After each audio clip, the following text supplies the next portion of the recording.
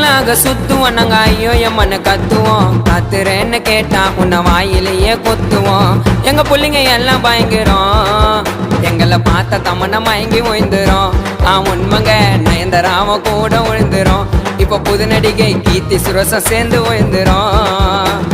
கும்பலாக சுத்துவோம் நாங்க ஐயோ எம்மன்னு கத்துவோம். ஏண்டா கத்துறேன்னு கேட்டா உன்னை வாயிலேயே கொத்துவோம்.